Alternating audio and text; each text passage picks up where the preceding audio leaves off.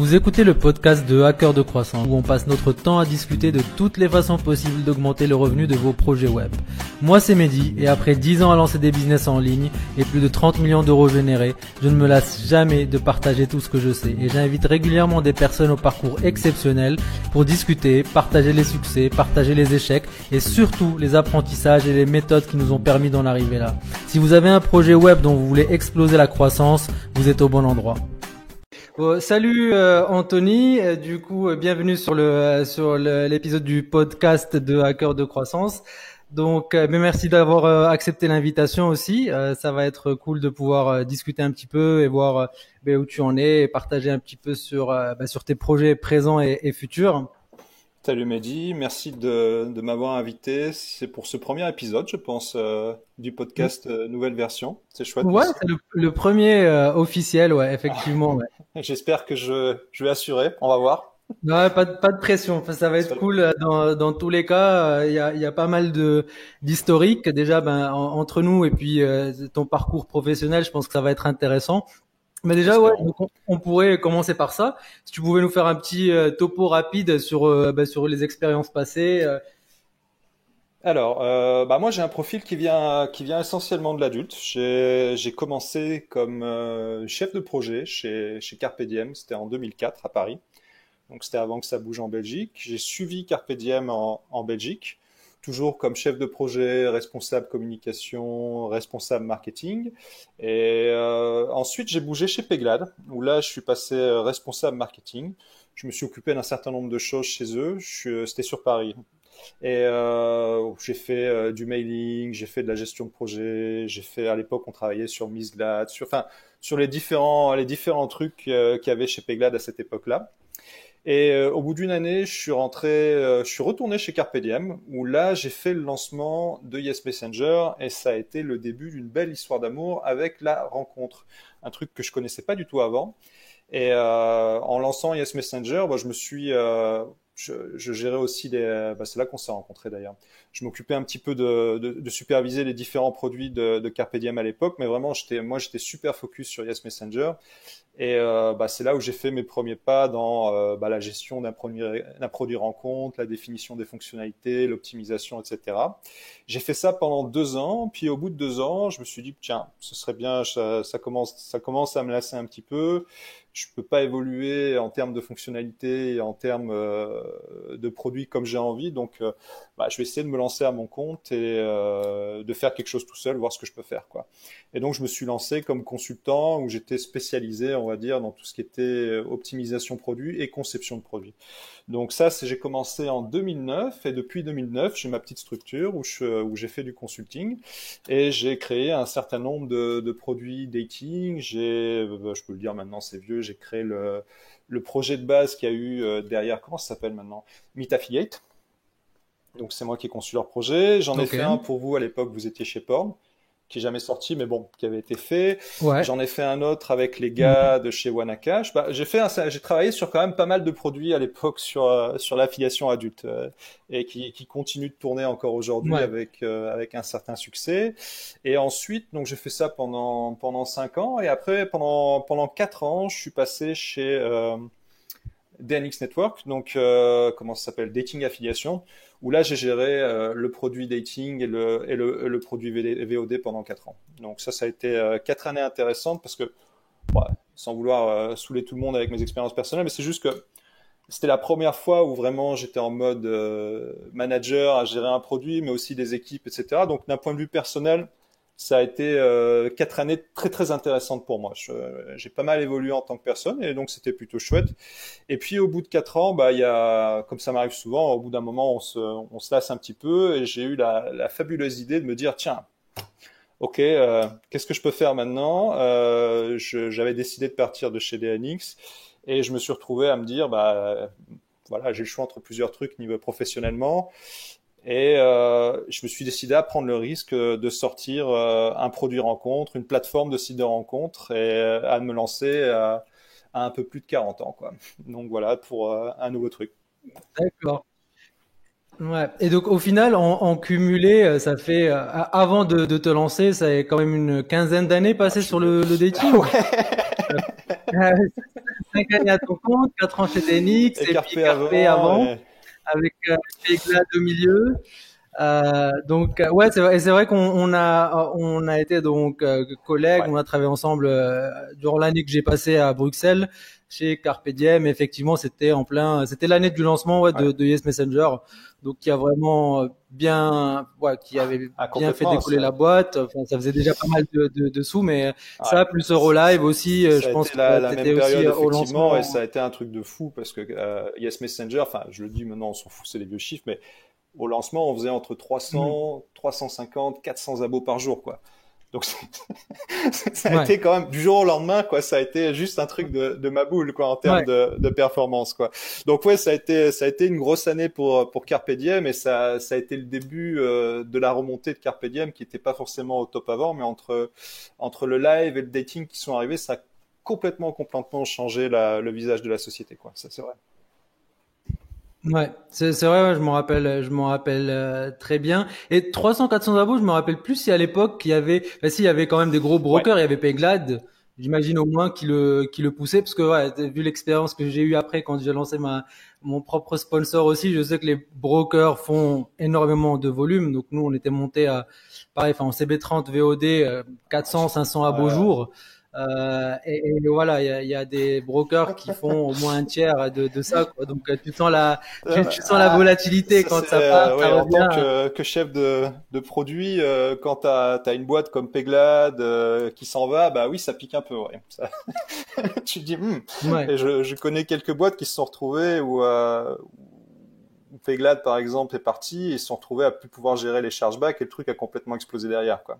Enfin bon, c'est une histoire, ouais, c'est ce sûr. sont des vieilles histoires, ça. Ah, ça m'étonne pas, quoi. C'est sûr que les chargebacks, c'est un Ouais. problème latent. C'est toujours une bombe à retardement, ce truc. Je pense que ouais, maintenant, t'es plus en contact direct. Je On en pense qu'on en parlera, ouais. parlera plus J'ai eu tard. quelques. Mais ça, c'est clair, c'était l'un des points clés aussi dans le projet que j'ai lancé après. C'est toujours les chargebacks, les chargebacks. Et si t'as plus le volume pour les noyer, pour noyer ceux Ah, d'il y c'est a mal. plusieurs mois déjà, et puis à un moment, voilà, Très t'es très mal, mal. c'est sûr. Et, euh, et du coup, alors je me rappelle aussi, ouais, effectivement, qu'on avait travaillé ensemble sur le produit de rencontre qu'on Ouais, n'avait pas tout à fait. lancé au final. Et tu as fait ça pendant 5 ans, du coup, le Le consulting, consulting pur et création dur, ouais, de j'ai fait ça produits. jusqu'en 2013, donc pendant 4-5 ans à peu près, ouais. 4-5 ans. Et ma D'accord. foi, ça tournait pas trop mal, quoi, à travailler sur comme ça, sur des projets en compte. Après, je suis toujours resté tout seul dans ma structure, donc t'es limité par ta capacité à produire. Je veux dire, un cahier des charges complet pour un produit rencontre, entre le produit, le back-office et tout, bah, c'est 6 mois de boulot facile, donc t'as pas vraiment de temps pour faire autre chose. Puis à côté, j'ai fait, c'est vrai que j'avais zappé, mais j'ai fait aussi Affiliation Charme, donc le .com, Ouais. qui est un peu l'équivalent, mais en beaucoup moins bien de ce que tu fais aujourd'hui sur Hacker de Croissance, avec un blog, un forum, et qui m'a aussi servi pour me donner de la visibilité, puis pour créer aussi une communauté sympa. On s'est pas trop mal débrouillé, même si c'était uniquement sur l'adulte à l'époque. Ouais. Ah ben ça, ouais, non, c'était très bien aussi. Affiliation Charge, je me rappelle, c'était bah, si je dis pas de conneries, ouais, le premier blog vraiment qui rentrait dans le détail, autant enfin de l'aspect de l'affiliation, de la publicité, et tout ça, dans notre milieu en particulier. Moi, je me rappelle que je lisais ça religieusement, et je pense que j'étais pas le seul. Et c'est un peu le modèle que j'ai essayé de suivre aussi, hein, mais en sortant un petit peu de la niche dating et Ouais. adulte. Là, je faisais déjà pas mal de CPA, donc c'est un peu là-dessus que c'est parti, quoi. Du coup, ouais, c'est vrai que t'avais fait ça et après, donc DNX pendant 4 ans, est-ce que t'étais sur place ou c'était en Alors, télétravail? Parce que eux sont à Aix, ouais, c'est ça? eux, ils sont à Aix, ils sont au Luxembourg, ils sont en Suisse, ça dépend. C'est quand même une très grosse boîte, Ça, donc ça dépend à qui tu ça dépend. demandes. Non, non, c'est méchant. Non, non, ça dépend. Disons que chaque activité au sein du groupe a sa propre base. Donc, il y en avait qui étaient sur Malte, il y en avait qui étaient en Suisse. Par exemple, les commerciaux sont en Suisse. Le pôle Ouais, financier était au Luxembourg. Donc, en fonction des besoins, il y a différents endroits. Et moi, j'ai essentiellement, enfin, j'ai bougé un peu partout en réalité, mais les équipes dating étaient à Aix en France et également à Malte. Donc, pour une autre partie du truc, quoi. Donc voilà, j'ai bougé un petit peu entre tous les trucs, mais j'étais basé, l'essentiel de mon temps, je le passais chez moi à Bruxelles, en télétravail. D'accord. D'accord, ouais, ça c'est pas mal, hein, c'est pas mal parce que je sais que tu m'avais dit chez Payglad, ouais, ça, là tu allais tous les jours quasiment ou deux trois fois par semaine. Chez Payglad, c'était un peu piquant de taper les 4 heures de trajet 3 à 4 fois par semaine, quoi. Ouais, Parce que je prenais le train pour aller de Bruxelles à Paris et après je prenais le métro, donc ouais, c'était lourd, c'était ouais, lourd. Mais bon, on fait son expérience comme ça, quoi. ouais, c'est sûr. Et du coup, ouais, là pour le petit historique, c'est toujours sympa de se remémorer toutes ces époques, hein, tout ce qui s'est passé. Ces Et trucs de maintenant, vieux. wow, on n'est pas si vieux. Et du coup, ben, qu'est-ce que tu fais maintenant, hein, dis-nous en plus. Bah alors, c'est parti d'un constat. En fait pour dire les choses clairement, je me suis dit que les produits dating, ils sont pas tous très bons. C'est le moins qu'on puisse dire sur le marché, surtout dans le secteur adulte. Il y a quand même un bon paquet de produits qui sont basés uniquement sur bah, une page enfin même pas une page de vente, mais une page de paiement, quoi. Le produit, c'est le processing.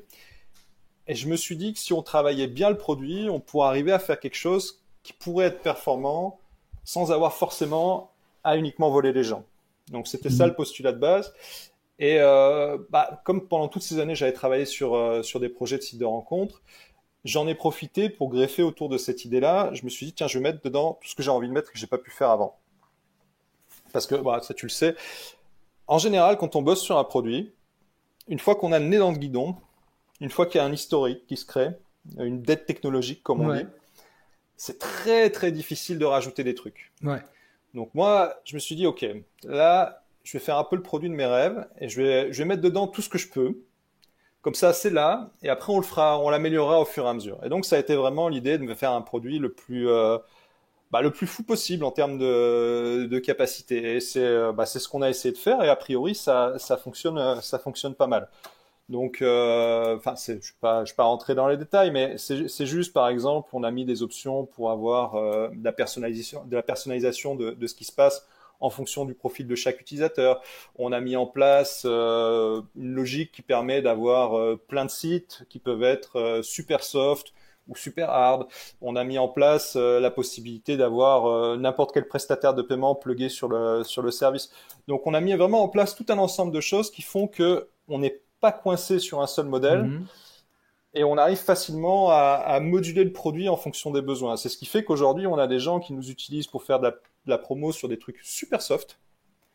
Et donc, ils nous prennent nous parce qu'on a des produits qui sont pas classés adultes par Google, qui sont classés en mainstream et qui passent donc sur des sites qui ont des contraintes très fortes.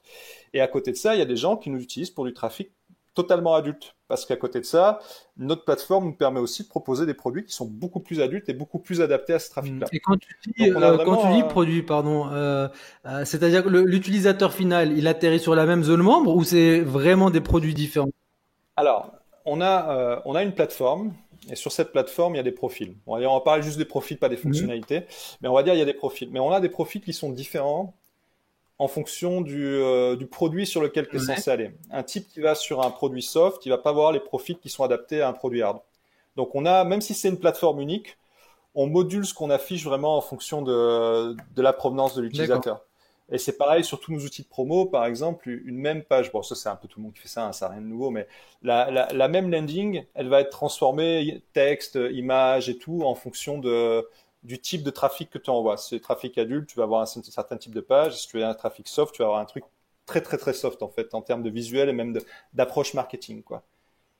Et voilà, donc on a vraiment, l'objectif initial, c'est d'avoir un maximum de souplesse dans la gestion de tout ce qu'on fait. Et c'est pareil, cette plateforme, elle nous permet aujourd'hui, si on veut, on le fait pas encore parce que pour l'instant on n'a pas le business model autour de ça, mais on pourrait sortir une app Android et une app iPhone enfin, en quelques semaines en fait, même pas. Hein. C'est Donc tout basé sur parce des que API. c'est déjà prévu C'est- quoi. On est full API, je sais plus combien on a. La dernière des comptes, je crois que c'était un truc genre D'accord. 137. Ouais. C'est juste, tout est, ah ouais, on est parti sur ce délire-là, c'est parce que bah voilà, on a été frustré, comme j'ai dit, par les expériences qu'on a pu avoir tous professionnellement par le passé. Et on s'est dit, voilà, on veut un truc extrêmement modulaire. On veut un truc que quand il y a un truc qui plante, il n'y a pas tout qui explose à côté. On a essayé de faire vraiment quelque chose le plus propre et le plus pro possible, quoi. Et du Donc voilà, et quand on est parti là-dessus. tu dis on, du coup, là, t'étais plus tout seul, c'est ça? Non, aujourd'hui, on est 3 associés actifs sur le projet, plus un investisseur, et on a réussi à faire ça juste à 3, ce qui est plutôt pas mal en fait. D'accord. Et enfin, tu les as connus comment, tes associés? On a bossé ensemble par le passé, donc après chacun a fait son truc et on s'est retrouvés sur ce D'accord. projet-là, quoi. C'était des gens avec qui je m'entendais bien, qui sont bons professionnellement et clairement c'est grâce à eux qu'on est arrivé à faire le truc parce que c'est cool d'avoir des idées, mais derrière il faut faut concrétiser les choses et ça n'a pas été toujours très simple, quoi. Et d'ailleurs ça a pris du temps, quoi, en fait. Je vois le projet, pourquoi avoir une version qui tourne, qui soit réellement testable, ça a pris quasiment un an, quoi. Donc en bossant, je veux dire entre 50 et Ouais. 60 heures par semaine, non-stop. Ah, Donc c'est- ça Bah a ça été, c'est ça a été ouais, du taf. ça me choque pas vu que j'ai lancé pas mal de projets. Ce que je vois aussi avec mes clients, c'est toujours comme ça. Un an, enfin, c'est pas mal, je trouve. Généralement, ça peut prendre 2 ou 3 ans avant d'avoir des choses en ligne quoi et testables. Donc et je suppose du coup que les deux autres, il y a au moins un développeur et l'autre il fait quoi? Deux Deux développeurs, développeurs avec d'accord, moi. ok, ouais. Donc les deux, il y en a un qui est plus front-end, donc qui va se taper tout ce qui est Hmm. Angular, etc. Et l'autre qui va être plus back-end et qui va aussi faire l'administration de serveurs. Donc de ce côté-là, ils Ouais. sont, ils sont assez Ah, ça c'est complémentaires. bien parce que ouais, les développeurs c'est clairement un truc, c'est une denrée rare on va dire de nos jours. Euh, c'est compliqué de trouver des bons aussi, Ouais, enfin de pouvoir se les permettre quoi et de faire en sorte qu'ils restent, quoi. exactement. Non, ouais, non, ça c'est pour ça aussi qu'on s'est associé, quoi, et qu'on a trouvé un mode de fonctionnement qui nous convient parce que, enfin, je le dis, c'est vraiment des gens brillants. Et enfin voilà, c'est grâce à eux que ça a été possible. Et effectivement, comme tu dis, trouver des gens qui bossent sérieusement et qui s'investissent dans un projet, ça peut se Ouais, faire, mais ça coûte une blinde, hein. Soyons clairs, ça coûte un bon ouais. développeur, ça coûte vraiment très Ah, ça, cher. je me rends compte en fait, enfin, sur les expériences des 2, 3 dernières années et aussi là ce que je vois avec mes clients qui sont en général toujours, enfin des boîtes qui font plusieurs millions à l'année et enfin ils cherchent toujours de nouveaux développeurs ou ils en ont pas ou ils sont qu'avec 2, 3 freelances qui tournent. C'est compliqué, hein. Je savais pas que c'était Ouais, tout à fait. aussi compliqué, mais vraiment il s'avère que c'est pas simple de trouver des bons et de les convaincre de s'attacher à un seul projet, parce que généralement ils veulent tous être freelance maintenant, c'est l'explosion du freelance, ils veulent pas travailler à temps plein, ils veulent pas travailler sur un seul projet, donc ça complexifie. Ouais.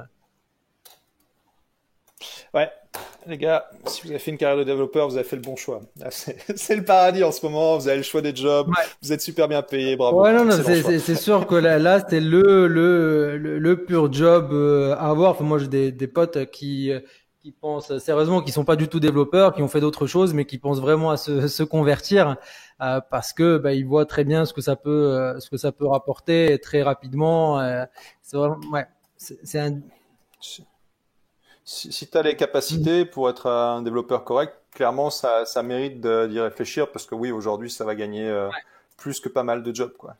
Il y a une demande énorme, donc tu es quasi certain d'avoir du travail en permanence, quoi. C'est vraiment pas un souci. ouais. Ah ouais, bah ça écoute, ouais, c'est vraiment intéressant parce que c'est un des projets que je suis en train de préparer, ouais, de brainstormer, on va dire, sur le côté, parce que là, je suis basé à Kiev, je suis en Ukraine là depuis 2 ans et j'ai quelques bons développeurs avec qui je travaille. Donc, peut-être trouver un moyen Mm. d'exposer ça au marché français avec des chefs de projet Ouais, français. ça peut être Je sais pas, c'est intéressant, quelque c'est chose clair. qui me tourne en tête je vois tous les clients avec qui je travaille galèrent sur les développeurs, mais tous, peu importe leur taille, peu importe Non, qu'ils c'est soient là sûr, depuis 10 c'est ans ou sûr. depuis 3 ans. Donc ça m'a vraiment fait tilter. Alors voilà, je suis dans la capitale des développeurs, donc pourquoi pas. Ouais, c'était juste une petite parenthèse quoi. Donc, si un investisseur nous écoute, Et du il y a coup, il y a quelque chose à faire. ouais, Et vous avez, du coup, ouais, en parlant d'investisseurs, ouais, vous avez financé ça Alors, comment, le avec projet notre sang et nos larmes, et puis un peu de mon argent aussi. Mhm. Et donc voilà, D'accord. alors ça c'est effectivement c'est le truc quand on se lance sur des projets aussi gros. Enfin, tu sais que tu vas faire que ça pendant un certain temps. Donc, on savait que ce serait au Mhm. minimum 1 an et demi. Et bah, j'avais prévu d'avoir les capacités pour financer le truc sur cette période-là, quoi. Donc, alors évidemment, j'avais tablé Mhm. sur 1 an et demi. J'avais tablé que ce serait un énorme succès dès le départ et tout et tout. Et puis, arrivé au bout d'un an, on lance le truc. Les premiers essais ont été dramatiques. On a fait zéro thune. Ça a été toutes mes Ah ouais. excuses à ceux qui nous ont testés au début. Ça a été ouais, les 2 premières semaines, ça a été lamentable. Mais parce qu'il fallait régler le truc. Et évidemment, c'est le genre de truc que tu règles quand tu as du trafic, quoi. Donc, on a quelques personnes, Olivier, si tu m'entends, qui nous ont testé et c'est pour qui ça n'a pas été un grand succès. Et mais bon, Ouais. rapidement, on a corrigé les trucs et ça nous a permis de lancer avec un petit volume et on a démarré comme ça. Le seul truc, c'est que le petit volume, c'est sympa pour tester et optimiser, mais il faut quand même des sous pour payer les salaires et pour payer les frais, parce qu'on avait des frais fixes pour tout ce qui est fonctionnement, serveur, animation, modération, etc. Et donc rapidement, on savait que arrivé à ouais, quoi, c'est à la fin de l'année, donc là on était mi-2018, on savait qu'à la fin 2018, on allait avoir un gros gros problème financier, quoi. On n'allait pas être capable, donc il a fallu trouver un investisseur. Et donc c'est là où on a trouvé quelqu'un qui était intéressé pour investir dans le projet et qui a mis de l'argent, ce qui nous a permis de, de pouvoir continuer déjà. Et ce qui nous a permis aussi de nous développer parce que il a fallu à la base quand on est sorti, et ça aussi, ça a été un calcul stratégique. On est parti uniquement sur une version mobile parce que pour une petite boîte comme la nôtre, une toute petite structure, faire une bonne version mobile et une bonne version desktop, c'est juste, ça, c'est trop dur en fait. Et du coup, ça retardait d'autant le lancement.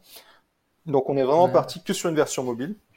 Et ensuite, on a greffé la version desktop et on s'est Je te développé. félicite déjà de les avoir séparés en deux, quoi. C'est très bien vu. Déjà juste de les penser comme deux choses différentes, quoi. Ah, C'est rare. moi, je préfère. J'aime pas. Je suis pas. Après, soyons clairs, la version desktop, elle est pas parfaite. Il y a moyen de faire beaucoup mieux, mais elle est plutôt correcte. Et surtout quand tu compares à ce qui Mhm. existe. Et ouais, en termes de temps et de capacité de travail, c'était indispensable pour nous, quoi. Je voyais pas comment on allait Mhm. sortir. Sinon, c'est un truc qui allait prendre 2 ans, mais on aurait fermé la boîte avant d'avoir fait une vente et d'avoir eu un client. Donc voilà, c'est Mhm. ça. Alors, du coup, le test que vous avez fait, ça c'était avant l'investisseur? On avait C'était déjà en fait une activité avant l'investisseur. Donc, mais le problème, c'est qu'en termes de Mhm. volume, c'était juste pas suffisant. Voilà, Ouais. tu prends quelques abos tous les jours, donc tu as quelques inscriptions, etc. Ça tourne, et tu vois qu'en termes de conversion, en termes de réponse des utilisateurs, ça fonctionne exactement comme tu as prévu. Ou tu vois que ça marche pas, mais tu peux corriger avec ce genre de truc. Mais en termes de volume financier, de flux financier, c'est juste pas assez pour faire tenir le truc, quoi. Ouais. C'est pas possible, quoi. Et du coup, ouais, désolé, je t'interromps avant de passer à la partie investisseur après. Enfin, comment tu l'as vécu un peu quand les premiers tests ont été catastrophiques, comme tu dis, alors que j'imagine que de ton point de vue, tu avais quand même mis en place quelque chose que tu pensais être bon, non? Ouais, mais ça après, ça fait mal, mais ça me choque pas. Tu vois, je fais partie des gens Ouais. qui considèrent que une situation à un moment donné, c'est pas la situation dans 2 semaines, 3 semaines, un mois. Les choses sont modifiables et la façon dont le projet est conçu fait qu'on peut tout changer en fait. Ouais. C'est pas très grave, tu vois. Est-ce que l'offre est pas suffisamment intéressante pour le client? Est-ce que le texte est pas assez bon? Enfin, c'est plein de petits trucs que tu changes et tu te rends compte que bah en fait ça va quoi. Puis des fois c'est simplement aussi le trafic qu'on t'envoie. Ouais. Par exemple, le premier test, on l'a capté après. Nous, évidemment, comme tous les branleurs, on est tous sur iPhone, hein. Et, Ouais. et donc, on n'avait pas testé sur Android. Android, c'est 65-70% du marché minimum. Et évidemment, une fois qu'on l'a testé sur Android et optimisé, la version mobile, elle marchait beaucoup mieux et elle a converti beaucoup plus, quoi. Tu vois, Ouais. c'est des bêtises comme ça et tu le vois pas tout de suite. Puis après, tu réfléchis, tu te poses, tu sors ta tête du guidon et tu vois immédiatement les trucs qu'il y a amélioré, quoi. C'est juste une question de temps. Et donc rapidement, clairement, on a été capable d'avoir un niveau de conversion qui était tout à fait correct et qu'on a amélioré évidemment aussi par la suite. Mais on était déjà à un niveau qui était pas dégueu en démarrant, quoi. Donc ça, c'est pas mal. Ok, ok, c'est cool. Et du coup, ouais, donc quelques mois plus tard, vous êtes en discussion avec l'investisseur. Vous avez trouvé cette personne comment? En galère, sur un malin. Alors, clairement, moi, je suis quelqu'un qui essaie d'anticiper un minimum sur les choses. Je déteste les imprévus, je déteste pas savoir ce qui va se passer, donc j'anticipe toujours. Et donc je savais que d'ici fin décembre, ça allait être la misère, que j'aurais dépensé tout l'argent que j'avais de côté pour le projet et tout. Et donc en septembre, bah, je commençais à chercher. Quand on s'est lancé, on avait des discussions avec des gens qui étaient potentiellement intéressés pour le projet. Ça a rien donné. Parce que voilà, comme souvent, les gens sont intéressés, mais après, quand il faut payer, c'est toujours plus compliqué. Ouais. Si je suis honnête, on avait un peu surestimé la valeur du projet aussi. Donc ça, je peux pas leur jeter la pierre. Je comprends en fait avec le recul qu'on était un petit peu optimiste sur la valorisation et le temps qu'il faudrait pour commencer à générer du cash. Et donc voilà, il y a rien qui s'est fait. Et en septembre, sur un salon, sur un malentendu, j'ai envie de dire, bah, j'ai rencontré quelqu'un à qui j'ai discuté. Et clairement, ouais, c'est ce qui nous a permis d'avancer. Et aujourd'hui, je dirais que pour les gens qui ont envie de se lancer sur des projets un peu lourds, je pense que c'est vraiment important de penser financièrement à ce qu'on va sortir, de bien l'estimer. Moi, j'avoue que j'avais bien fait l'estimation parce qu'on était pile poil dans les délais. J'avais tablé sur un an et demi, c'est exactement ce qu'on avait. Mais voilà, c'est bien avoir un investisseur. Si on est raisonnable dans la façon dont on dépense l'argent, c'est important parce que ça déstresse tout le monde. Nous, au bout d'un an et demi, on s'est quasiment pas payé, donc enfin, on s'est retrouvé à gagner moi rien et mes deux devs 500 euros net par mois. Enfin, au bout d'un, Ah ouais. ouais, moi j'avais prévu le coup. En perso, j'ai dépensé, ça m'a coûté une fortune en perso le projet quoi. Mais eux, ils étaient en galère. Donc les mecs, une fois que t'as plus tes droits au chômage et tout, on a lutté quoi. Tout le monde a lutté pour le Ouais. truc. Et c'est vrai qu'au bout d'un an et demi, ça commence à être extrêmement tendu financièrement quoi. Enfin voilà, c'est humain quoi. Tu te dis mais c'est pas Ouais. possible quoi. Je travaille 50, 60 heures Ça par pourrait jour. durer des années, c'est clair. Surtout quand t'es développeur, tu te dis putain C'est demain ça. je peux toucher 5 canettes Non, non, c'est ça, tranquillement. c'est pas raisonnable, quoi. Donc voilà, c'est ce qui s'est fait. Et donc ouais, ça nous a fait du bien de pouvoir trouver cet investisseur ça nous a vraiment permis d'avancer. Et cette sécurité, ça a enlevé beaucoup de soucis. Donc vous avez pas grossi Non, non, l'équipe, non. c'est juste que vous avez enfin pu Bah vous payer ouais, un parce petit qu'en fait, peu des c'est ça petits en fait, salaires c'est et exactement ça. On a pu se payer un salaire, arrêter de perdre en plus de travailler comme des fous, de perdre de l'argent tous les mois.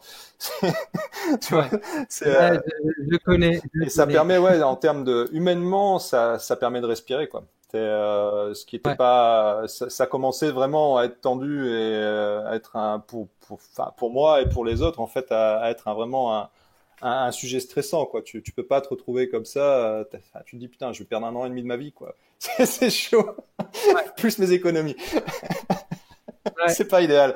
Non, comme contexte, on a vu mieux. Y a pas à dire. Donc voilà. Moralité, si vous pouvez trouver quelqu'un qui peut investir dans votre projet, un, ça veut dire que vous avez un projet qui tient à peu près la route, c'est plutôt bon signe. Et deux, ça facilite quand même beaucoup les choses. Ouais. Trois, ouais, c'est toujours essayer de chercher un investisseur si vous avez besoin avant d'en avoir vraiment besoin, quoi. C'est toujours bien de le faire quand t'as encore des sous. Merci Mehdi, tu aurais pu me le dire avant. Ouais, mais je te rassure, hein, c'est toujours, c'est pareil pour tout le monde. Je parle aussi de leçons apprises à la dure, hein. C'est Tu pas, m'étonnes. voilà ce que j'ai bien fait. Non, non. Donc, mais clairement, quand le projet est prêt d'être à court de cash, t'es dans la pire des situations déjà pour négocier et puis même humainement, quoi. C'est le stress. Donc, Absolument, exactement. et du coup, d'accord. Et je crois que tu as parlé des rebuilds. Tu disais ouais, 100 à 105 euros. Du coup, en reversement, c'est-à-dire que une valeur vie client de combien à peu près? Je sais pas Je combien peux pas vous. dire ça. Ah, tu veux pas, ok. Non, ça je peux pas. Je veux dire, ça c'est le genre d'info. Ce que je peux dire, c'est que clairement, on se débrouille pas mal. On se débrouille vraiment pas mal et c'est là encore, on en est qu'au début du processus d'optimisation. Et déjà, on a une valorisation qui est plutôt sympa, quoi. Enfin, de toute façon, c'est pas pour rien qu'il y a des gros brokers qui bossent avec nous, quoi. Donc, D'accord. Donc, pas de secret, ouais. ça rapporte du blé, quoi. Donc vous avez des brokers qui bossent avec vous sans avoir de CB30. Ouais, en fait, comment dire? À la base, on avait commencé sur un modèle très très agressif avec offre d'essai, de la quasi CB30 qui emportait pas le nom. Et c'était bien, c'était vraiment bien. Mais on s'est retrouvé avec 8% de taux de Ouais, chargeback. Et le boss de notre processeur de paiement m'a appelé personnellement à plusieurs reprises pour me dire je crois que ça va pas être ouais, possible. Et donc voilà, enfin on s'est retrouvé en galère, on a failli se faire couper, puis on s'est pas fait couper, et on a mis 2 mois avant de trouver une formule qui offre une performance intéressante. Et je pense pas qu'on ait un niveau de conversion à l'heure actuelle aussi élevé que sur la CB30. Je pense pas parce que c'est toujours pareil quand tu marques 0 €, carte non débitée, accès 100% ouais, gratuit. Enfin, tu vois le ouais, genre.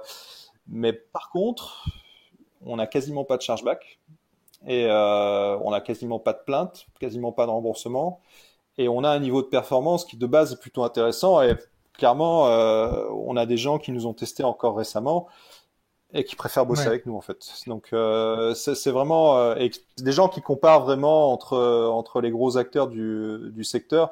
Et voilà, je dis pas que ça fonctionne pour tout le monde parce que par exemple, on a régulièrement des média buyers qui nous testent et il y en a pour qui ça donne rien, mais de chez rien. C'est tragique en fait en termes de performance. Tu dis, je Ouais. comprends pas.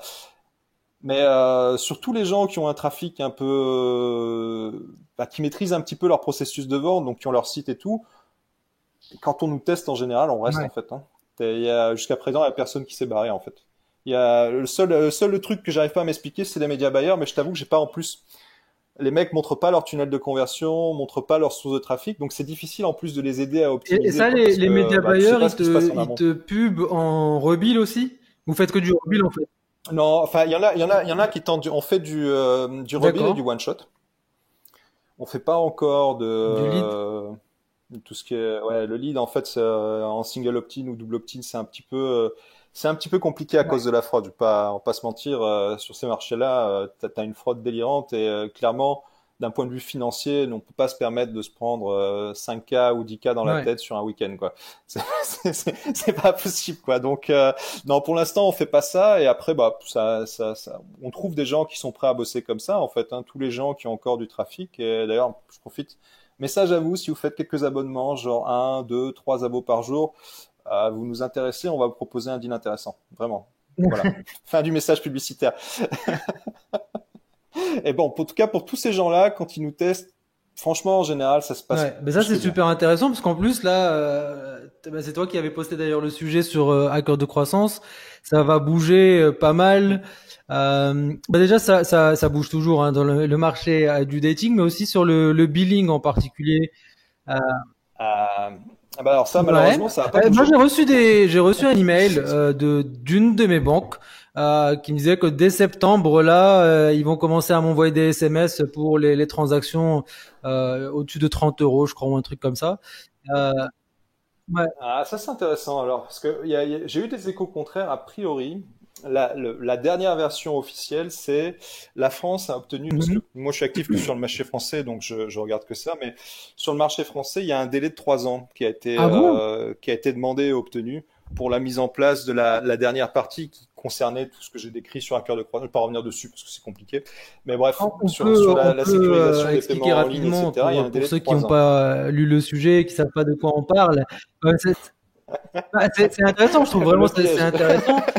C'est tout simplement la nouvelle réglementation qui va forcer à envoyer un SMS ou à faire de la double vérification pour les transactions au-delà de 30 €.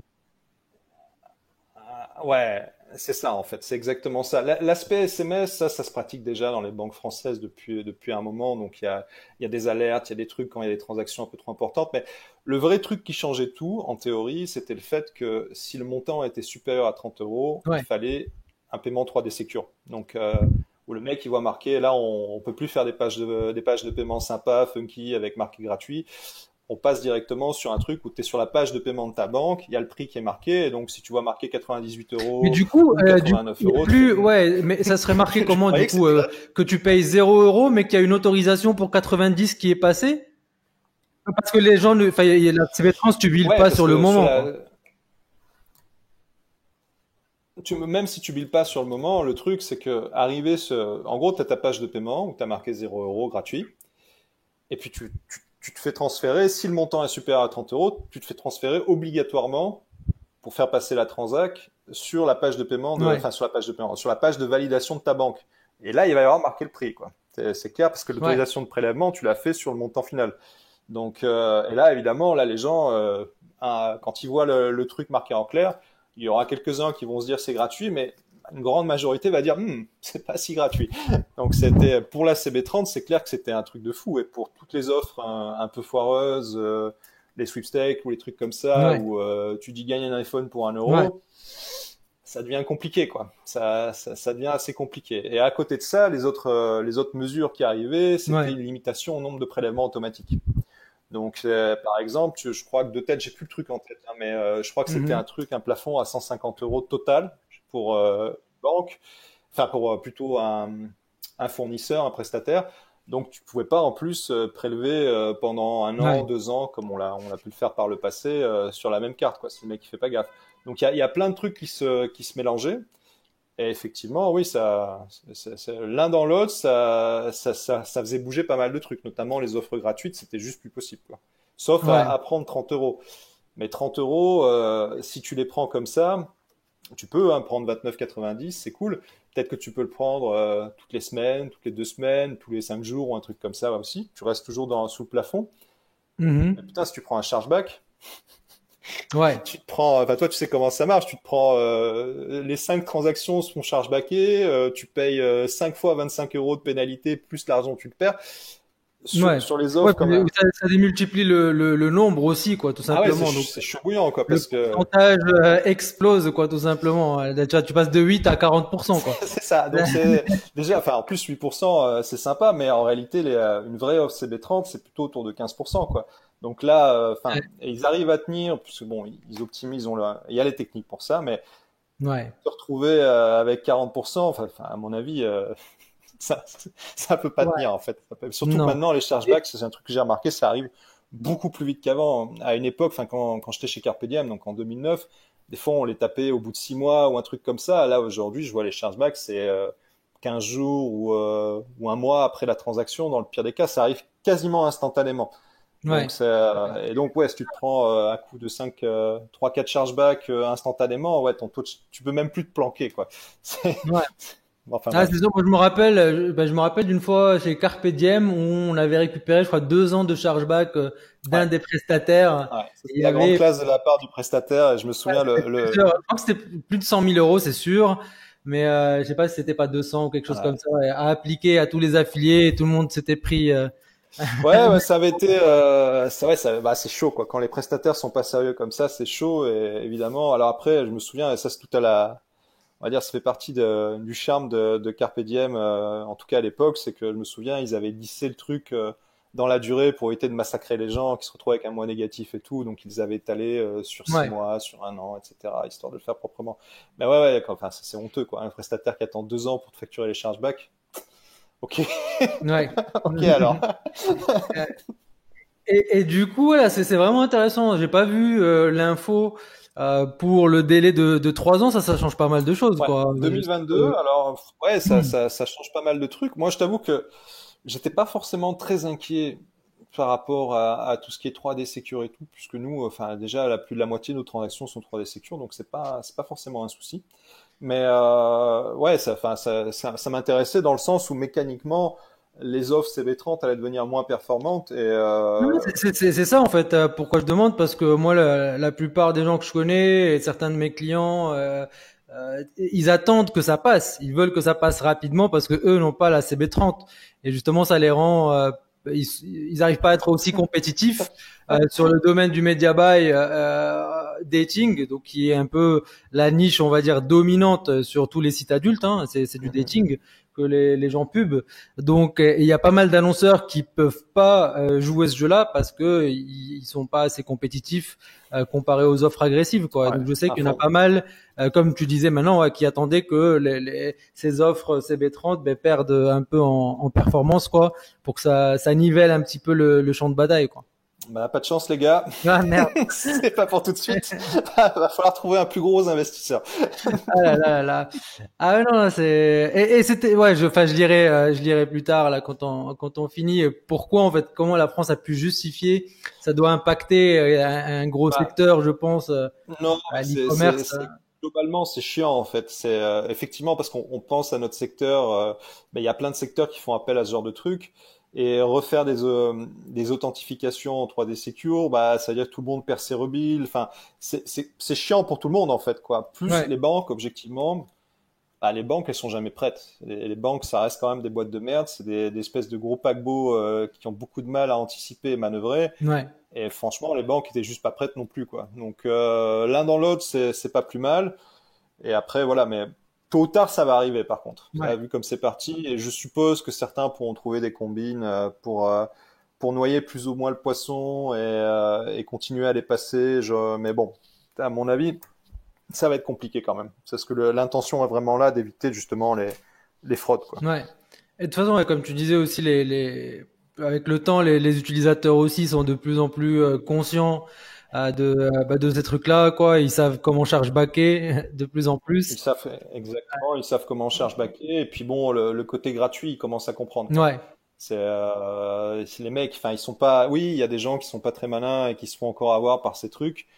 Bah, il y a un paquet de monde qui connaît, qui stoppe l'essai et enfin, qui lisent le truc et qui, comme tu dis, aujourd'hui, les gens savent parfaitement. Enfin, tu tapes arnaque CB, tu vas trouver 10 sites qui te proposent d'expliquer comment faire un chargeback, ouais, quoi. C'est pas bon. Après, voilà. Après, c'est un business model, hein. C'est comme ça que le biz en particulier en France a tourné pendant des années. Ça a rapporté des tonnes de fric aux affiliés et aux sponsors et voilà, ça a été un. Mais bon, je pense qu'on vit quand même les dernières années. Je pensais que ça s'arrêterait plus tôt, mais ouais, là maintenant c'est acté en fait que ça va changer. Après peut-être qu'il y aura des combines et qu'on pourra toujours passer à travers, mais j'ai l'impression que ça a commencé à être compliqué, quoi. ouais. Ça a commencé à être vraiment compliqué. Ouais, je pense aussi, ouais. Non, c'est clair. Et du coup, donc mis à part cet aspect-là, un petit peu du billing, quels autres mouvements tu vois un petit peu sur le marché du dating aujourd'hui, dans le futur proche? C'est une question compliquée de dire ce que va être le dating. De mon point de vue, les gens parlent souvent de Tinder ou des choses comme ça, comme une espèce d'apocalypse du dating.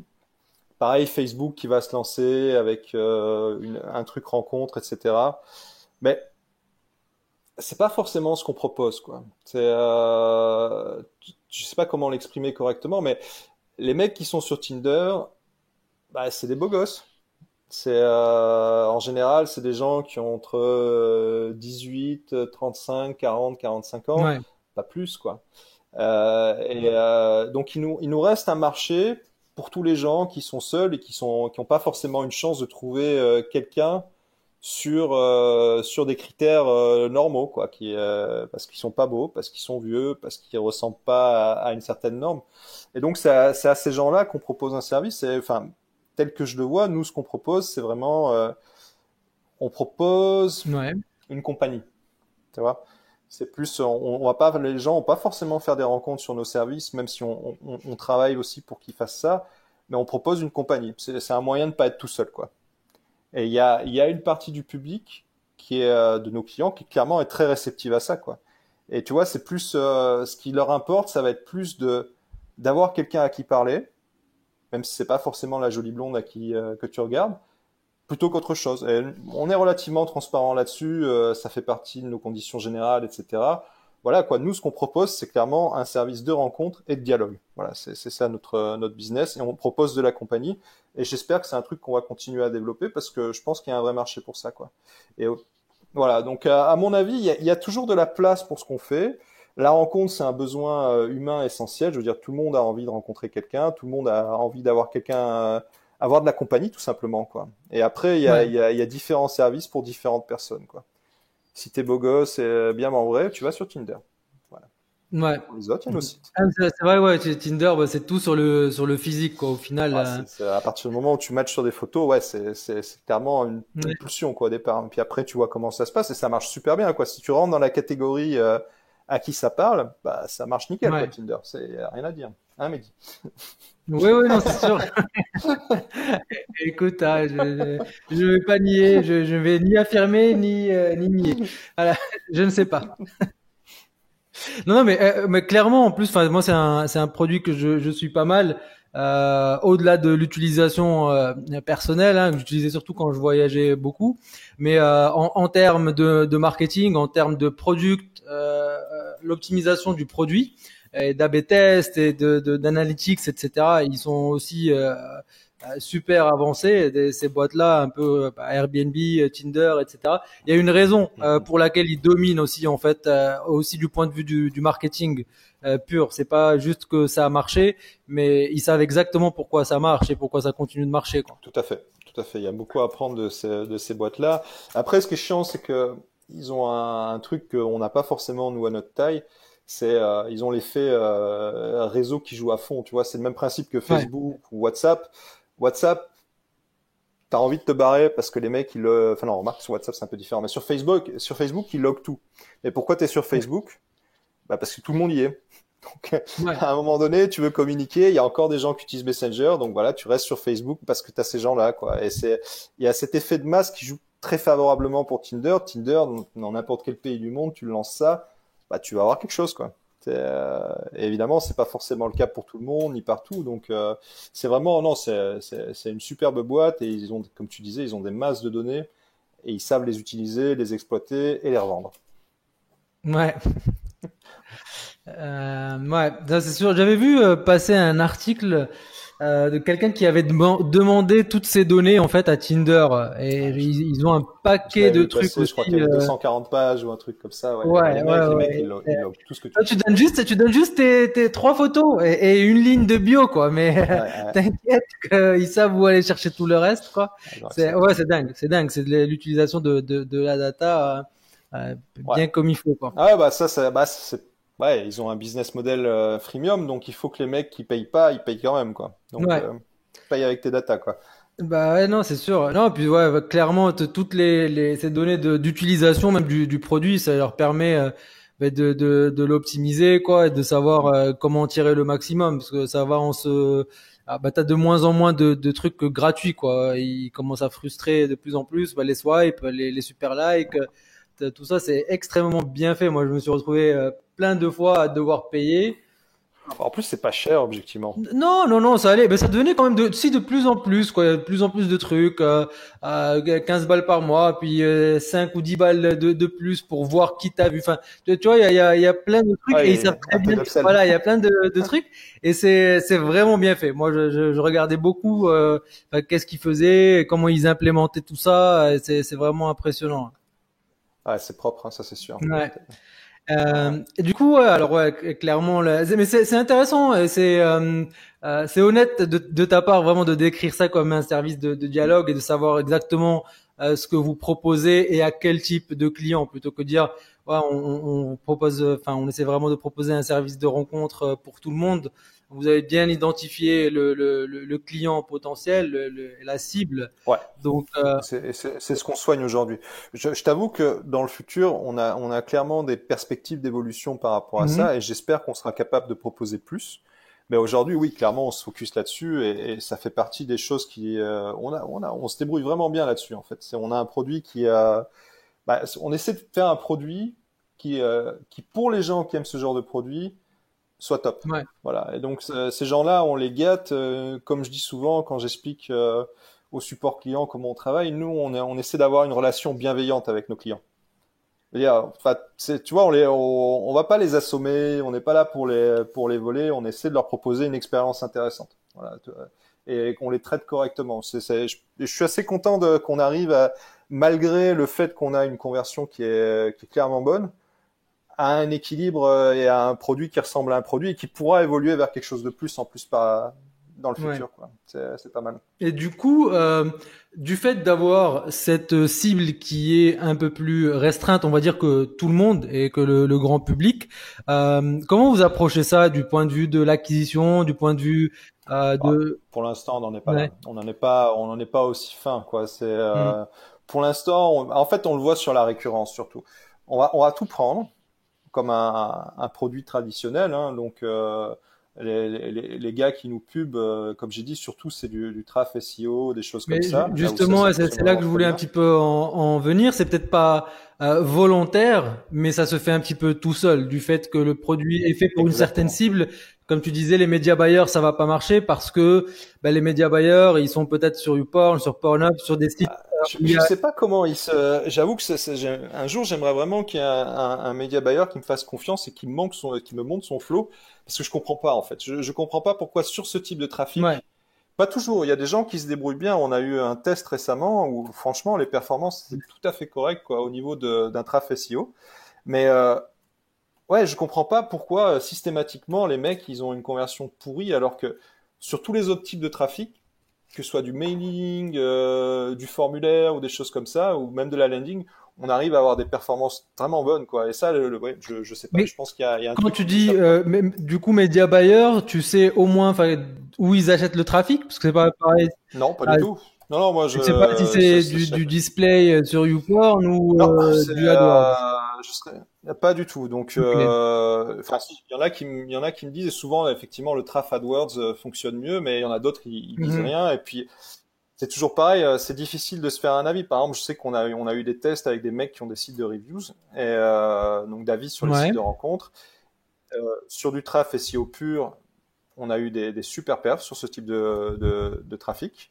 Et sur des gens qui achetaient du media buy et qui envoyaient sur ce type de site, bon, on a fait quasiment rien, quoi. Et j'avoue que moi, enfin, il faudrait analyser au cas par cas, essayer d'optimiser au cas par cas. Mais bon, les média buyers gardent jalousement leur secret Ouais. pour eux, et ce que je peux comprendre, hein, les gars. Si vous m'écoutez, la plupart des sponsors ont aussi un service de media buy à côté, donc c'est Ouais. rarement la muraille de Chine, c'est un concept. Hein. N'y croyez pas trop, c'est pas vrai. Bon, nous, on fait pas de media buy, mais je comprends que les gens gardent leur truc, mais c'est juste que c'est frustrant de pas pouvoir optimiser ça parce que il n'y a pas de raison, si c'est du vrai trafic, qu'on n'arrive pas à avoir une conversion équivalente à ce qu'on a ailleurs. C'est juste une question de flow et C'est du vrai d'optimisation. trafic. Je peux dire déjà si c'est de la pop-up, ça ressemble pas au vrai trafic que tu connais. Donc, Ouais, on a eu par exemple, on a eu un test en media buy sur de la pop-up et les performances ont été bonnes, quoi. ah ouais? Oui, oui, sérieux, c'est ça. C'est avec quelqu'un qui nous a testé, donc lui, c'est quelqu'un avec qui on discute tranquillement, et donc il m'a juste expliqué ce qu'il avait comme type de traf. Il m'a demandé si ça allait pas être trop un souci niveau performance pour les serveurs et tout. Donc non, il n'y a Ouais. pas de souci. Et, ouais, là, les perfs étaient tout à fait bonnes, un tout petit peu moins bonnes que sur du traf SEO très quali, genre des sites de review, Ouais. mais vraiment bonnes, quoi, hein, une bonne conversion. Donc voilà. Donc je sais vraiment, c'est un mystère pour moi, quoi. Ouais. Ouais. Si Bah, quelqu'un écoute, m'entend et veut en discuter, je serais curieux de faire un test et d'aider à optimiser. Promis, je piquerai pas les landings et je piquerai pas les sources de trafic non plus. bah, écoute, ouais, mais des fois, ouais, si ça marche pas, peut-être que même le média buyer lui-même ne sait pas pourquoi. Donc, ouais. Ce que je me dis aussi, c'est qu'il y a une espèce de formatage, dans le sens où tu es habitué à promouvoir un certain type d'offres. Mhm. Donc en mode CB30 avec où tu arrives directement sur une page de paiement. Nous, c'est pas le cas. Tu arrives sur le produit parce que comme on a un bon produit, on le monte quoi. Ouais. Et on n'a pas d'offre d'essai non plus. On fait pas d'essai nous. D'accord. Il y a rien d'automatique quoi. C'est les mecs qui décident de payer. Ouais. Donc c'est enfin, tout. Je pense il y a probablement un peu de ça. Et les mecs se contentent de plugger. Tiens, on va remplacer un tel par ça et sans faire plus d'efforts. Et du coup, ça donne pas le résultat qu'on devrait avoir. Mais après bon, c'est comme ça quoi. Ouais. Ah, mais c'est sûr, c'est un des euh, problèmes, j'ai envie de dire entre guillemets quoi, mais une des réalités du media buy ces 2, 3 dernières années, même peut-être plus, c'est que tout le monde copie tout le monde quoi. Il y a peu d'efforts qui est fait sur le copywriting et sur le marketing au final, sur les angles, etc. Avec l'ascension, on va dire, des outils enfin, d'espionnage. Donc il y en a eu Mm. plein et enfin voilà, qui c'est devenu la norme. Tout le monde a un accès à Adplexity ou d'autres outils comme ça. Et quand tu as des dizaines de milliers de personnes qui copient les landing pages de tout le monde, ça devient de plus en plus compliqué. Euh, C'est clair. et même, enfin, je trouve enfin, moi je l'ai vu évoluer, si tu veux, le marché, c'est-à-dire que ça te forme, si tu veux, ça te programme petit à petit à devenir fainéant avec ton copywriting, avec ta créativité, etc. Parce que il y a 5, 6, 7 ans, quand j'avais commencé là-dedans, j'avais découvert, voilà, on pouvait rien voir, plus ou moins, à moins de, l'espionnage c'était manuel, donc tu prenais ton VPN et t'essayais de tomber sur les pages d'autres personnes pour avoir une petite idée, mais au final, À voilà, à l'ancienne. l'ancienne, est arrivé, tu finissais quand même par inventer quelque chose qui était un petit peu à ta sauce, et quand ça marchait, bon, ben, boum, ça marchait pendant plusieurs mois. Là, si tu arrives à faire plusieurs semaines, c'est déjà top, mais les campagnes, généralement, elles marchent quelques jours. Moi, quand j'ai arrêté de faire du CPA il y a 2 ans, j'ai eu beaucoup de campagnes, ouais, qui ont été très profitables, mais qui ont duré 5 jours. Voilà. Donc, Ah ouais, c'est chaud parce que derrière, les mecs direct, ils te copient, ils se mettent sur les mêmes keywords et c'est parti, quoi. t'es sur les mêmes sources, l'offre arrête de fonctionner, ou l'offre est coupée tout simplement parce qu'il la réserve à quelqu'un d'autre. Et au final, tu commences à te battre. Mais c'est clair parce que t'as toutes les armes sont égales en fait. Donc c'est un Ah, c'est un monde cruel, j'ai l'impression, quoi. Parce que c'est un truc que, évidemment, moi, je connais pas du tout, hein. Je fais du ouais. produit et du marketing, mais alors l'aspect media buy, c'est un truc, j'y connais Ah, mais strictement je rien peux te dire ouais, que c'est et ça a l'air difficile hardcore. même. C'est difficile pour les affiliés, c'est difficile pour les CPA network aussi, parce qu'il y en a des centaines maintenant, certainement plusieurs milliers. Ouais, c'est clair. Et encore une fois, la différence technologique, la différenciation technologique, elle est inexistante. Tout le monde utilise Ah, tout le monde utilise, Offers ou ouais. Cake. Tout le monde a les mêmes Exactement. offres. Donc au final, voilà, c'est quoi la différenciation? C'est peut-être le commercial. Et encore, moi, pour avoir vu un peu de très près ce monde-là, euh, même en tant que network, tu vas voir les annonceurs, mais t'as moins en reversement que ce qu'a un gros affilié ou un network qui est plus ancien. Donc au final, quand tu vas voir les Ouais. affiliés, toi, t'as on va dire, 5 euros de reversement, ben, lui, il en a 7. Déjà, l'affilié, Mm, donc qu'est-ce mm, que mm. tu veux faire? Tu sais même pas, tu dois marger en Non, négatif. non, c'est clair. Donc ça, c'est un peu la réalité vis-à-vis des networks et vis-à-vis des affiliés. Et ouais, là, c'est encore pire, quoi. C'est vraiment, il y a plus de créativité. Tout le monde copie tout le monde. Et au final, bah, ça limite pas mal. Ça limite pas mal. Et je pense que c'est dommage parce que il y a moyen de faire beaucoup de choses, mais c'est tellement, Mm. ouais, Il y a moyen de faire encore des trucs, mais après, ouais, ça demande plus d'investissement. Je vois, nous, par exemple, effectivement, tu citais Cake et Asoffers. Bah, nous, notre plateforme d'affiliation, on l'a codée, quoi. ouais, Ce qui est un truc à l'heure actuelle, je pense que plus personne ferait ça. Mais en même temps, ça c'est ce qui te permet d'avoir la souplesse et de faire des trucs, genre par exemple, c'est un exemple tout con, quoi. On a un affilié qui nous a demandé de faire du suivi de profil. C'est un truc, on y avait pensé au départ, on l'avait pas mis en place et on l'a fait en 2 jours, quoi. Et je suis pas persuadé que tu puisses faire de ce genre de truc si tu passes par une plateforme clé en main, ou alors tu vas partir sur des développements personnalisés qui vont prendre du temps, tu vois. ouais. Et tous les trucs comme ça, nous on a, ça c'est l'avantage des choix qu'on a fait. On a une très grande souplesse, quoi, une très grande souplesse. Ouais, ça, c'est toujours un peu le choix à faire, quoi, parce que c'est pas simple, hein, développer une plateforme Non. d'affiliation. Je connais quelqu'un d'autre qui adore coder ses propres plateformes d'affiliation, hein, Flo, si tu nous écoutes. Il déteste tout ce qui est SaaS précodé. Voilà, ça a toujours été un débat, en fait, de si on devait coder notre propre plateforme d'affiliation, notre propre tout, en fait, parce qu'effectivement, ça te donne beaucoup de flexibilité. Après, je pense il y a un moment en fait pour le faire et des situations. Quand tu es sûr du business model et que tu sais que ça va être un facteur, ça peut être un facteur important. Dans ce cas-là, oui. Pour un CPA network, par exemple, je pense, Non, je suis d'accord avec toi. bah, Ça n'a pas de sens, effectivement. C'est, pour un CPA network, enfin, j'ai l'impression on peut se permettre d'utiliser une plateforme clé en main, nous. parce que t'as pas la main en fait sur l'offre derrière, donc très limité Exactement, ouais. dans ce que tu peux vouloir customiser. Dans tous les cas, ça passera par faire placer un code à l'annonceur si tu veux faire quoi que ce soit de poussé. Et ça, tu pourras le faire Ouais, c'est avec ça. Hasoffers ou tout simplement un petit code qui connecte l'annonceur avec l'API de Hasoffers, tu vois. Mais Ouais, complètement. t'as pas de produit, t'as pas de produit. Non, c'est ça qui manque aux gros networks, mais après, c'est normal, parce qu'ils vendent des tas de produits et ça change tous les jours, quoi, Ouais. limite. Il leur manque cette possibilité d'avoir un suivi et une logique qui va du début à la fin du process, en fait. Et c'est comme, enfin, moi, ça m'épate toujours quand je teste les landings qui sont proposés par les networks. En général, tu vas te taper une landing qui te demande de rentrer ton nom, ton email et des machins, et t'es redirigé vers une autre landing. J'avoue que chaque fois je me dis, mais tu sais, il y a même pas de suivi, tu vois, de ce que tu as déjà rentré en plus. Ouais. C'est...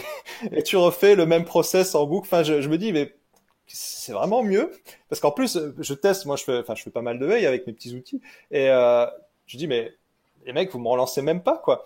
Ouais. Je sais, je sais pas quoi, je sais pas ce qui se passe derrière, pourquoi vous faites des trucs comme ça, mais bon, ok, pourquoi pas. Donc ouais, l'inconvénient, c'est comme tu dis aussi, c'est que développer soi-même, ça prend du temps, ça prend des ressources, et sur une petite équipe, bah voilà, c'est autant de trucs que tu peux pas faire à côté sur le produit ou sur autre chose, quoi. Donc c'est des choix qui sont pas évidents, mais a priori, je suis assez content pour l'instant de ce qu'on a fait parce qu'on est réactif, quoi. On est vraiment réactif, et les mecs, ils demandent, ouais, j'aimerais bien avoir des packs de profil. Ok, bah, on fait des packs de profil. Il y a plein de choses qu'on peut faire assez rapidement, en fait. Et ça, c'est Ouais. chouette. Ouais, une fois que tu as passé le 1 an et demi ou 2 ans à faire la C'est plateforme, ça. ouais, si tu as réussi à survivre, là, t'as gagné la flexibilité, ouais. C'est exactement ça. Bah, nous, ça nous a pris, ouais, 2, 3 mois pour faire la plateforme. Elle existait déjà, mais à la base, on a travaillé surtout avec des networks ou des Mhm. brokers. Bah, les mecs, ils avaient juste besoin d'une API de stats, Ouais. en fait.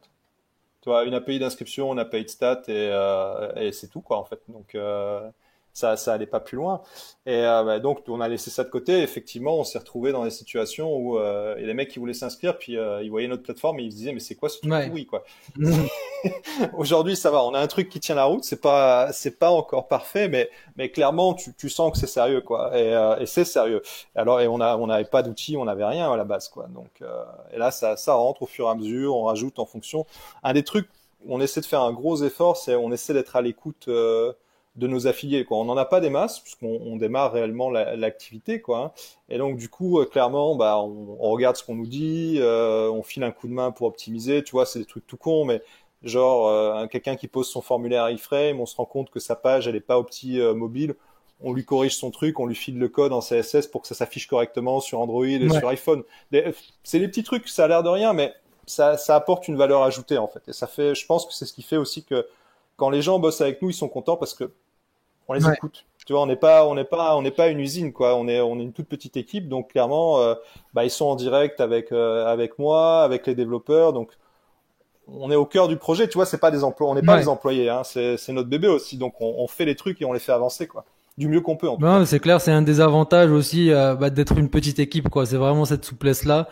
Je sais qu'aussi, ouais, quand on avait lancé le Porn, c'était quelque chose qui nous avait beaucoup aidé, bah, d'y être même les week-ends, de communiquer à fond avec les affiliés, de coder des petits trucs pour eux, etc. Ça aide À vraiment pas fond. mal. Et du coup, est-ce que vous avez des projets à terme quand même de pouvoir faire du media buy vous-même, de vous y intéresser, ou l'idée c'est de rester sur Alors, de la pure affiliation? si j'étais un mec malin, je te dirais, enfin non, je te dirais non. Mais si j'étais un mec malin, j'aurais envie de faire du media buy, mais si je suis honnête avec moi-même, à l'heure actuelle, c'est pas du tout, c'est pas mon métier en fait. Moi, j'ai envie de Ouais. faire un bon produit. J'ai envie de faire un truc qui fonctionne bien. J'ai plein d'idées en termes de produits, de fonctionnalités et tout, de trucs que j'ai envie d'implémenter. Des choses qu'on voit pas encore beaucoup aujourd'hui et qui, à mon avis, enfin bon, vont vraiment bien fonctionner. Et l'aspect média buy, ouais, je préférerais avoir des gens qui bossent avec nous et qui le fassent et qui touchent leur argent pour ça. En fait, moi, ça me dérange pas en fait que quelqu'un prenne une commission. J'ai pas envie de tout prendre pour moi en fait. C'est du moment qu'on gagne de l'argent nous aussi, ça me convient très très bien en termes d'évolution. Je suis pas quelqu'un de greedy par nature et je préfère avoir des bons partenariats avec des personnes qui on se fait confiance et ça me convient très bien. Donc, a priori, le media buy, j'y crois pas trop dans l'immédiat. Après, on sait jamais, ça pourra changer. Peut-être que dans 1 an ou 6 mois, on se fait racheter par une plus grosse structure ou un truc comme ça et on partira faire ça. Mais a priori, pour l'instant, c'est vraiment pas ce qui est prévu, quoi. Et en plus, enfin, pour la mise en place, comme j'ai dit, en interne, on a zéro connaissance. Moi, le media buy, je Ouais. vois le concept, mais voilà, quoi. C'est Ah tout. ouais. Ok. Et du coup, ouais, donc si c'est pas le media buy, donc sur les évolutions futures, c'est toujours focus sur le produit, continuer à faire un meilleur produit. Ouais. Moi, enfin, ouais, pour bien formuler ça, nous, le focus, ça va être vraiment le produit et la rentabilité pour les affiliés. Aujourd'hui, on a une rentabilité donnée. Je sais qu'il y a beaucoup de leviers pour arriver à l'augmenter sans forcément générer du risque pour nous, pour les affiliés. Je sais qu'on va être capable d'avoir un produit qui va être extrêmement rentable.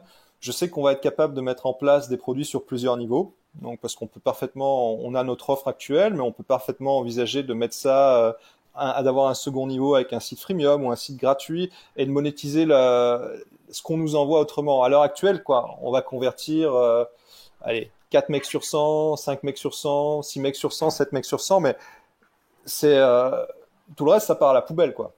C'est même si on a un produit qui est utilisable gratuitement, etc. Globalement, c'est des gens qu'on peut pas monétiser, et on a plusieurs pistes, dont certaines qui vont être exploitées assez rapidement pour monétiser ce rebut, on va dire entre guillemets. Donc, et ça va être un des points clés un de nos chantiers. Nous, on va vraiment se positionner là-dessus. On veut avoir un bon produit pour les gens et un maximum de sources de revenus pour nos affiliés. Et je le dis, mais bon, ça c'est, moi j'ai fait mon expérience chez Carpe Diem à l'ancienne. Et c'est vrai, c'est une boîte qui a toujours été très loyale envers ses affiliés. Et moi perso, ça me convient très bien comme façon de travailler, quoi. J'ai jamais vu de chef chez Carpe Diem à l'époque. Et chez nous, c'est pareil. Donc, on traque tout et on va être capable de. Enfin, tu vois, on n'a pas de trucs foireux, genre des cookies. Tu vois, les trucs où quand le mec il reçoit ses mails, il regarde sur son mobile, bah tu perds ta transaction, des trucs comme ça. Tout est traqué, tout est mesuré, et je pense qu'on va être capable, on est déjà capable, mais on va rajouter pas mal de trucs, de générer encore plus de revenus pour nos affiliés, et ça à mon avis, c'est ce qui va faire la différence dans la durée. Et puis après, rapidement, on va être capable aussi de se plugger pour proposer du SOI ou du DOI. Et là, ça nous permettra d'accéder à des networks et à potentiellement plus de volume aussi. Et probablement plus de personnes. Ouais, c'est sûr. Ça peut être ça peut être très bénéfique, clairement, si tous les sponsors et tous les sites de dating le font, c'est que ça marche pour eux. C'est juste qu'il faut bien connaître ces chiffres. Ouais. Et en particulier, en fait, des indicateurs, comment je dirais ça en français, quoi, des KPI, quoi, les indicateurs les signaux de conversion, etc. Les signaux, mais super early, quoi, super tôt. Ah oui, à fond. Au premier jour, tu sais plus ou moins prédire si la personne va s'abonner ou pas, dépendamment de comment elle utilise le produit, ou si elle s'est déjà abonnée sur la moyenne du trafic envoyé par l'affilié, etc.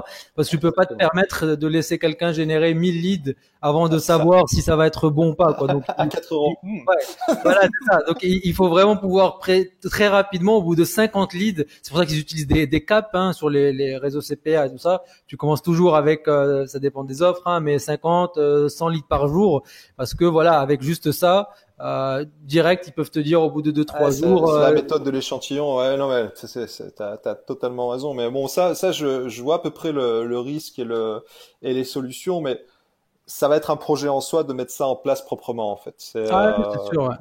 Donc voilà, pour l'instant, on se développe à notre rythme avec nos solutions actuelles, RevShare et OneShot. Et après, on verra pour attaquer ça. Mais clairement, c'est pas un truc où on va se lancer. Ouais. C'est le sourire, un grand sourire sur le visage, et puis genre, allez-y les gars, on prend tout, on vous fait confiance. C'est bon, j'ai entendu assez d'histoires tragiques sur le sujet. J'ai pas envie d'ajouter mon nom à la liste. Non, c'est sûr, il faut y aller prudemment, quoi. Ouais, bah écoute, je pense qu'on a fait un petit peu le tour de tout le sujet. Tu peux du coup partager le nom du site, peut-être, l'URL du site et tout ça. On en parle depuis tout à l'heure. Tout à fait. Le site, bon, on va juste partager Tu veux quoi, un de nos produits ou la plateforme d'affiliation? Les deux, ouais, on peut partager un produit et la plateforme d'affiliation. Le plus simple, ce sera encore d'aller sur notre plateforme d'affiliation. L'inscription est libre et vous pouvez voir la plupart de nos produits. Il y en a quelques-uns qu'on cache parce qu'on les réserve à certains affiliés. Et le site, donc, c'est exeke.com, exeke.com, exeke.com. Okay. Et ça vous donnera une idée de ce qu'on fait, de ce qu'on propose. Comme j'ai dit, il y a pas mal de choses qu'on peut faire à la demande. Ça, c'est un petit peu notre spécialité. Donc, faut pas hésiter à nous dire, hey Anthony, elles sont pourries vos pages. On a besoin de ça, ça et ça. On a besoin de ça comme outil. On a besoin de faire ça. On a besoin d'une solution pour tel truc. on est là pour ça en fait. Ça, c'est notre job. On fait un bon produit et on essaie de vous proposer les outils qu'il vous faut pour Ok, travailler ok, correctement. ok. Bah écoute, Voilà. je pense qu'il y en a qui sont dans ce cas-là et qui écoutent, ils pourront visiter la plateforme et puis voilà, s'inscrire et voir. Ils peuvent vous contacter aussi directement là-dessus. Écoute, je Ouais, te remercie tout à énormément fait. pour d'avoir pris le temps. En fait, c'était super intéressant déjà de rediscuter et puis d'explorer un petit peu Merci à toi. les joyeusetés et les réalités du marché du dating en France et de l'affiliation et tout ça. Euh, ouais, mais écoute, merci C'était un plaisir. encore et à la prochaine. Ça marche. À la Ciao, prochaine ciao. sur le forum. Allez, à plus. Ciao.